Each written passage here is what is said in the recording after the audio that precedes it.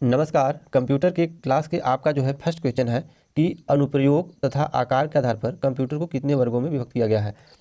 इस क्वेश्चन को बताने से पहले हम बता दें कि कल जो आप लोगों को हम पढ़ाए थे उसमें आप लोगों को जैसे जो मेमोरी है आपका, उसके जो कंप्यूटर की मेमोरी क्षमता के पर हम चर्चा किए थे। तो उसमें आप लोगों को हम बताए थे कि जैसे देखिए, आप लोग जानते हैं MB जानते हैं, GB जानते हैं, KB जानते हैं।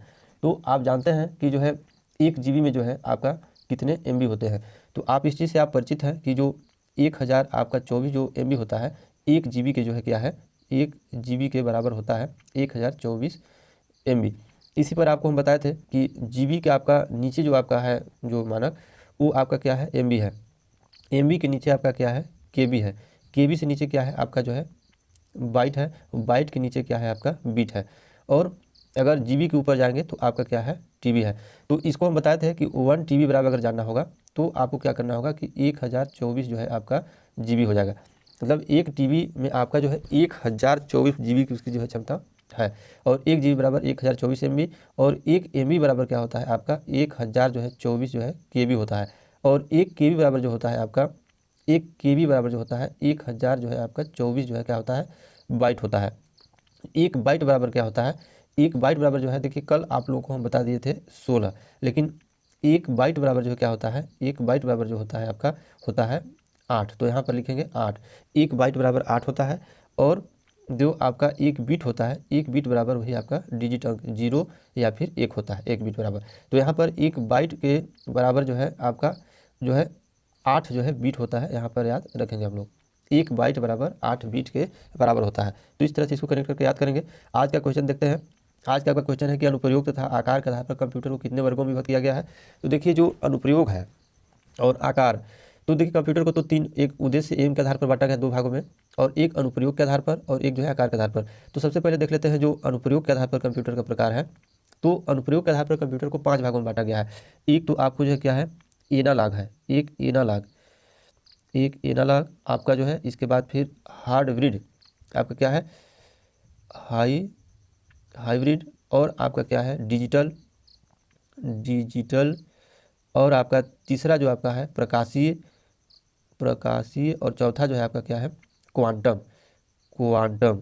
तो आपका क्या है, ये अनुप्रयोग के आधार पर जो आप कंप्यूटर को यूज करते हैं उसके आधार पर जो है कंप्यूटर को 5 भागों में बांटा गया है। एक analogue, hybrid computer, digital computer, प्रकाशीय कंप्यूटर, क्वांटम कंप्यूटर। और यदि हम बात करें आकार के आधार पर, तो आकार के आधार पर जो है कंप्यूटर को जो है 4 प्रकार में बांटा गया है। एक है आपका माइक्रो कंप्यूटर। इसके बाद फिर आप बढ़ेंगे तो माइक्रो के बाद क्या है, मिनी कंप्यूटर।